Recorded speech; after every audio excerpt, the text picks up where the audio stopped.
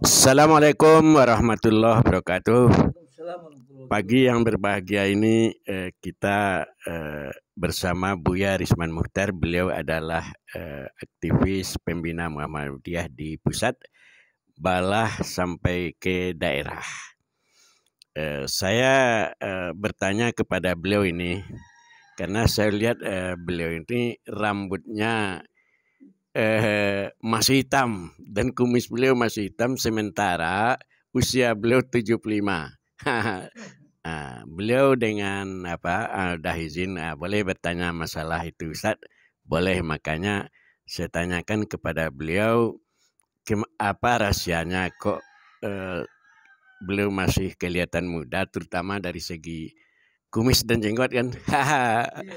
Jadi barangkali itu Bu ya. Bismillahirrahmanirrahim. Assalamualaikum warahmatullahi wabarakatuh. Sona tuh Pak Akilah. Ini bahasa Indonesia atau bahasa apa nih? Boleh campur. Boleh campur ya. Jadi memang banyak juga orang nanya sama saya ini. Buya, ini apa nih resepnya ini apa ini? Kelihatan masih muda, enggak terlalu tua gitu ya. Sebetulnya rambut. Nah, malah ada yang nanya gini Pak Akil. Ini boleh enggak mencat rambut Buya? Itu kan ada pertanyaan gitu. Saya bilang cat rambut enggak boleh. Saya cat itu yang cat itu dinding, loteng, pagar, tembok. Kalau rambut enggak boleh dicat, apalagi cat minyak. Jadi susah itu. Nanti buahnya susah itu. Direndam kepala itu dulu agak seminggu pakai tinder. Kan bahaya itu. Jadi kalau kalau semir benar Ustaz. Kalau menyemir itu pelecehan nama itu bilang. Yang disemir orang itu bukan kepala, sepatu dia bilang. Masa kepala disamakan dengan sepatu dia bilang kan itu. Pelecehan ya. Pelecehan itu. Jadi ada yang lagi. Jadi apa yang boleh Ustaz? Yang boleh itu mewarnai. Mewarnai itu boleh. Tapi masalah warna boleh dengan apa saja warnanya itu debatable. Itu kan itu masalah fikih ikhtilaf itu. Ada wilayah ijtihad di sana. Nah, kalau kita melihat misalnya ketika Rasulullah SAW, Abu Bakar Siddiq ke Futuh Makkah kan membawa bapaknya ke Rasulullah kan? Dia membawa bapaknya Rasulullah SAW. Rambutnya udah putih, seperti kapas gitu. Oh gitu ya. Iya, jadi Rasulullah nanya kok rambutnya dibiar putih gini. Karena pada waktu itu rahib-rahib Yahudi ya. Itu mereka membiarkan rambutnya putih seperti kapas. Padahal Rasulullah SAW itu banyak Rasulullah itu yang menekankan supaya jangan yang sama dengan Yahudi. Seperti misalnya halaman orang yang waktu itu tidak bersih kotor terus Rasulullah nazifu afnatakum wala tusbihu Yahud. Nah, bersihkan halaman kamu, lingkungan kamu, jangan kamu seperti Yahudi gitu. Nah, oleh karena itu pun juga jangan kemudian kita membiarkan rambut ini sampai putih, ya bersih, karena itu menyamai orang Yahudi gitu. Lalu kemudian soal pernah waktu itu Rasulullah mengatakan warnai rambutmu, tapi jangan dengan warna hitam. Nah, inilah yang kemudian menjadi wilayah fikih. Ya. Ada fikih, ada mengatakan itu illah. Ada jangan warna hitam itu ada illah, ada sebab. Sebabnya apa? Karena dia sudah tua. Jadi ada kemungkinan di situ ada gharar gitu. Ada gharar artinya mungkin ada orang tua supaya kelihatan muda, maka dia supaya mungkin dia mau kawin dengan anak muda misalnya. Ada penipuan. Penipuan. Ada penipuan, ada unsur penipuan. Tapi kemudian dia mengatakan bahwa kalau itu adalah untuk kerapian, keindahan, bukan untuk penipuan, maka kita kembali kepada apa yang disebut dengan kata umum, innallaha jamil wa yuhibbul jamal. Allah itu indah dan mencintai keindahan. Kalau itu misalnya orang itu memang hanya untuk rapi, ya tidak apa-apa.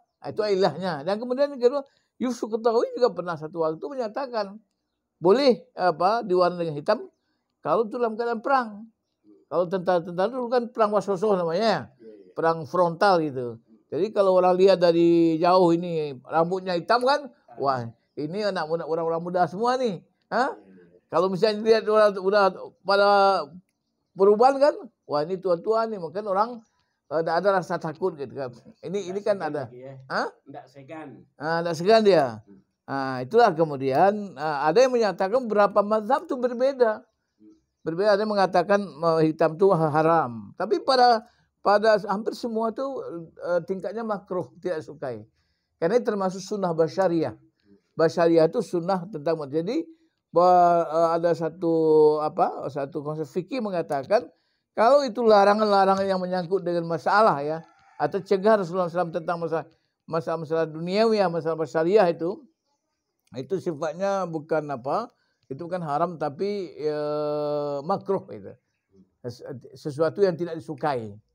Oleh karena itu menurut saya itu yang menurut saya penting jangan kemudian menggunakan bahan-bahan yang bisa menutupi. Itu yang akan nanti menutupi bahagian dari rambut kita. Karena itu rambut itu bahagian dari wudhu ya. Karena itu harus sapu. Kemudian seperti juga inai seperti perempuan itu seperti kuteks ya. Kalau kuteks itu kan menutup, tapi kalau inai itu kan masuk menyerap gitu. Nah begitu juga kalau kita pakai. Inai boleh ya? Inai boleh. Ini malah kita kan disuruh bercalak juga oleh Rasulullah laki-laki pun itu. Nah, kembali ke rambut Buya tadi. Apakah hitam ini apa? Sebenarnya rambut saya ini masih banyak bagian yang hitam. Masih banyak begitu. Cuma di sini kadang-kadang kalau ini saya cuma pakai sampo. Oh, sejenis sampo aja. Sejenis sampo namanya ada Magic Noni, ada Noni ajaib. Ada juga berapa itu yang dikatakan dan itu kemudian ada juga di sana label halal gitu. Label halal itu kan. Label halal. Warnanya macam-macam. Intinya menurut Buya untuk tujuan dakwah. Tujuan dakwah. Iya, kita tampilkan libas itu kan penampilan itu kan sesuatu yang menarik. Ada orang Arab mengatakan ini hadis nih ya. Libas hukum yuharimukum qabla julus. Wa ilmukum yuharimukum ba'da julus. Penampilan kamu atau pakaian kamu itu menghormati kamu sebelum duduk. Dan ilmu kamu menghormati setelah duduk. Jadi kalau kita misalnya sebagai dai kita mau balik, kita kan sampai rapi. Nggak boleh kita misalnya berantakan misalnya. Kumis ini harus rapi. Ya, bahwa kemudian ada yang motong kumis, menyangka juga itu lain lagi masalahnya kan, lain lagi kajian. Tapi sekarang kalau dalam soal mewarnai, selama mewarnai itu tidak menutup bagian-bagian dari rambut kita, kemudian juga tidak suatu bahan yang terdiri pada unsur-unsur yang ada haramnya, maka itu dibolehkan. Artinya jangan kemudian itu dalam hal-hal yang wilayah ijtihadiyah, yang penting kita ini harus ada kode etiknya Pak. Al-ijtihadu la yunqadu bil-ijtihad. Jadi satu pendapat tidak boleh dibatalkan pendapat lain. Tidak ada klaim kebenaran. Mungkin hampir sama dengan itu masalah gigi palsu. Iya, kan itu masalah juga tuh Pak. Kalau misalnya rambut, lalu bagaimana kalau orang yang giginya udah copot, boleh nggak dikasih gigi palsu? Kalau misalnya itu kita saklek, ya kalau kita lakukan analogi kan, karena ini masalah kan boleh analogi kan, kecuali ibadah. Kalau ibadah tidak boleh analogi. La qiyasa bil ibadah. Tidak boleh analogi lebih ibadah. Tapi itu menyangkut misalnya masalah dunia, boleh. Nah kalau kemudian rambut, ada orang mengatakan, wah berarti kita tidak ridho menerima takdir Tuhan. Ya. Karena kalau sudah diputihkan, kemudian dihitamkan, kan berarti kita tidak ridho. Nah kalau saya tanya misalnya seperti tadi, bagaimana kalau giginya copot? Apakah tidak boleh diganti dengan gigi palsu? Kalau itu dikatakan tidak boleh diganti, berarti kita kalau kita tidak ridho juga kalau kita diganti kan? Lebih berat lagi. Lebih berat lagi pakai barang lagi. Yang diganti itu gigi kan gitu kan? Ini cuma diwarnai saja. Kalau ini gigi ini dimasukkan barang lain kan gitu. Boleh ya. Kalau gigi palsu boleh karena itu semua ada untuk kemaslahatan. Dan inti daripada syariat Allah semua itu kemaslahatan. Jadi kalau itu mendatangkan kerusakan jelas tidak boleh. Tapi selama itu ada masalah misalnya untuk makan. Kita mau makan gigi tidak bisa ngunyah, itu kan masalah nanti ke perut kita. Jadi kalau itu untuk maslahat, selama itu untuk maslahat, maka itu boleh. Nah, itu aja Pak. Tapi kalau ada doror, ada goror, ini dua hal ini Pak. Yang pertama doror bahaya.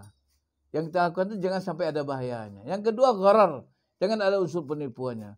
Dalam masalah-masalah yang basyariah, itu ada dalam masalah dunia itu ada hukum asal yang kita harus ketahui, al aslu fi asya'i ibahah hatta ata dalilu ala tahrimi. Nah, hukum pokok suatu itu boleh sehingga datang dalil yang mengharamkannya. Dalil itu tentu dalil yang betul-betul dalil yang makbulah. Artinya kalau itu nas daripada Rasulullah SAW, validitas hadisnya seperti apa gitu.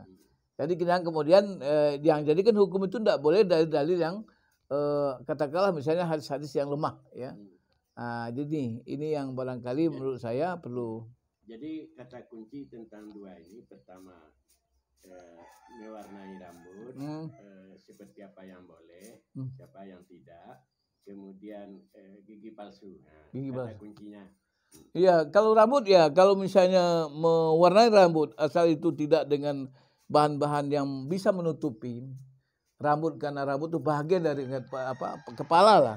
Kepala kan bagian anggota wudhu itu. Ya ada juga orang malah kalau itu pun juga ikhtilaf juga itu.